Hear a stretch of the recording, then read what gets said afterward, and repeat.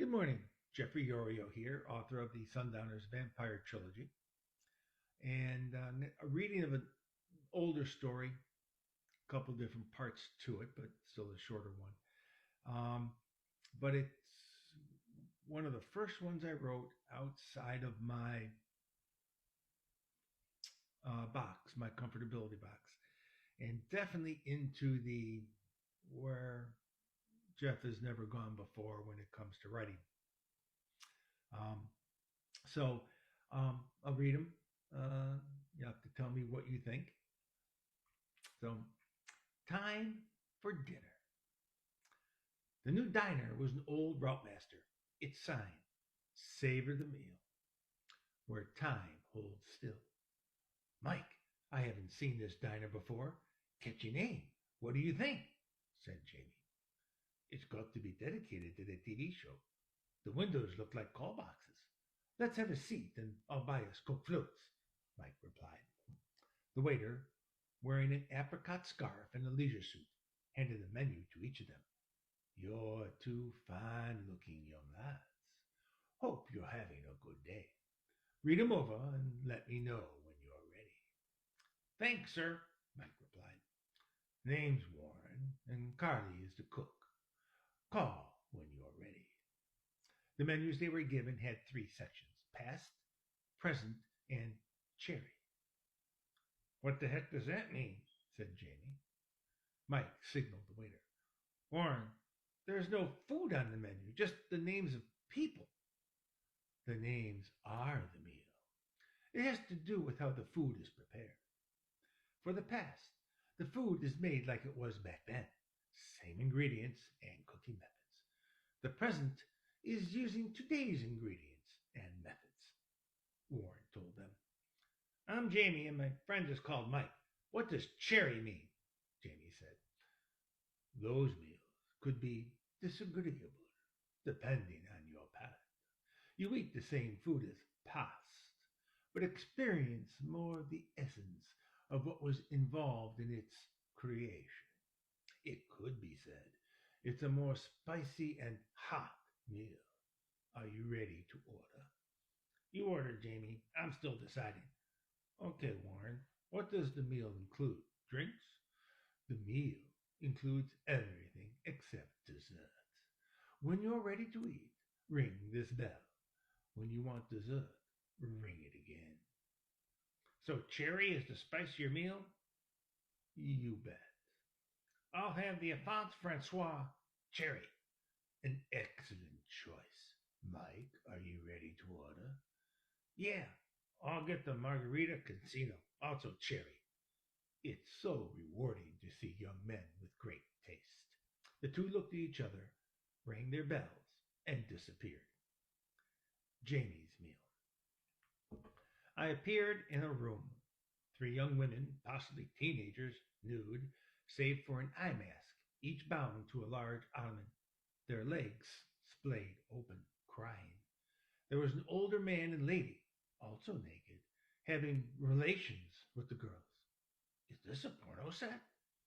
The man turned to me, spoke in French, but I understood him. Constance, your friend is awake. Please, this middle one is for you. Select your pleasure. He gestured at a table where I saw whips, a lone large feather, and various sanguine knives. Alphonse made the chocolate glazed partridge himself, and it's excellent, Constance said. Where the hell am I? I'm wearing only a silk shirt. The chocolate sauce looks palatable, though my stomach is in flux. I forced down a mouthful, followed by some wine. Their pubescent caterwauling winds, my stomach's spoiled contents empty onto the floor. Wash it out and come. She awaits your pleasure, says Alphonse. I take the feather. She is but a girl. She's bled and is a woman, said Constance. Alphonse and Constance are impatient with me. I run the feather slowly up one side of her body, across her neck, and down the other side. She quivers and gasps. I shiver as I realize that was enjoyable. I run the quill end of the feather up the inside of her legs, across her pubic hair, above her pussy, and again she quivers in pleasure. Constance, he is unnatural. Is it that I might learn from him?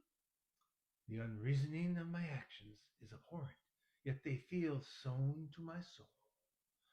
Alphonse and Constance pleasure themselves with their object's desires. Mine speaks. Upon the ramparts of your eyes I see your good nature. Allow me to pleasure you as is natural for a woman to pleasure a man. I could use my mouth if you so choose, good sir. There's a loud noise of something breaking. The servants yell, "The committee! Robespierre!" A squad of armed soldiers enter, led by a well-dressed man. "The Marquis de Sade, Alphonse, you're under arrest. Who is this young fellow with you?" He frees each girl. Mine whispers to him, "Take the Marquis and Constance to the Bastille.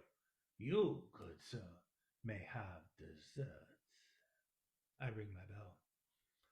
"Well done, young man. You ate like it was the eve of the Battle of Hastings," Warren says. "I did, I guess." "You emptied your plate. You had chocolate glazed partridge, then white chocolate and garlic covered Brussels sprouts, and brown sugar glazed sweet potatoes. The speed at which you ate dwarfed most." "I ate all that?" "Sure did, and I heard your bell. Ready for dessert. It's chocolate trifle." "Sure, coming right up." A few minutes later, a large feather is dropped in front of me. "I believe you dropped this." "You were in my dream. But how?" "Rather ostentatious. Dreaming of me before we've been properly introduced. I am Prosper, and we have plans." Mike's meal.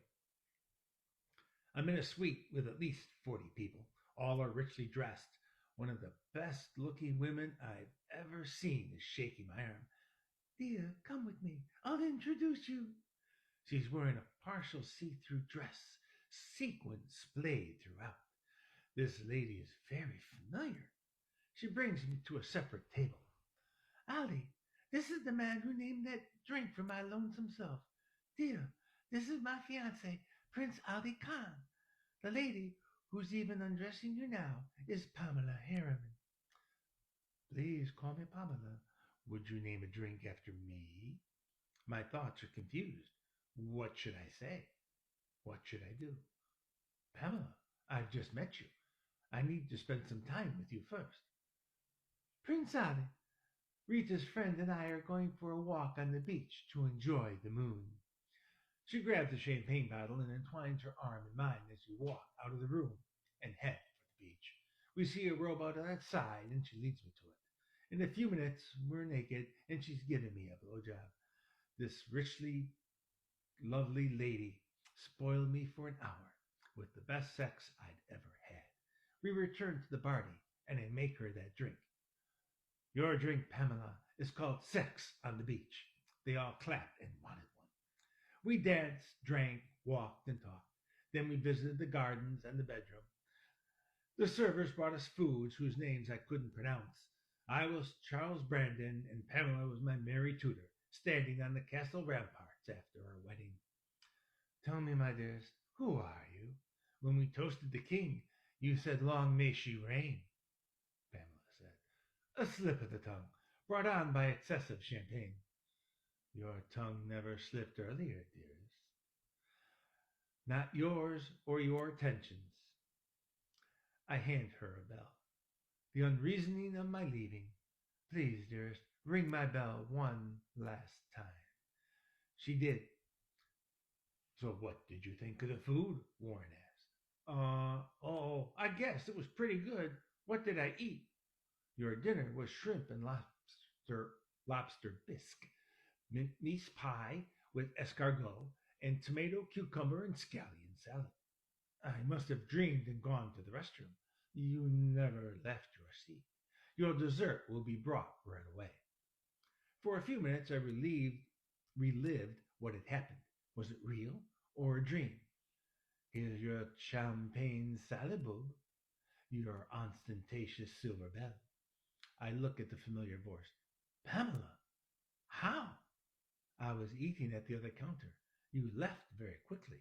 Tonight is Whit Monday's Eve, and you still a bell yet to ring. Epilogue. As the two couples left, Warren, you did fine. They're in love. Carly, you loved me more than I loved you. Dear, love has no scale, pecuniary or balance. You either are or aren't. Love's jargon says different. Gold digger, cougar, May December, and sugar daddy, all done by scale. Wrong, Warren. It's a total eclipse of the sun, like clouds in your coffee.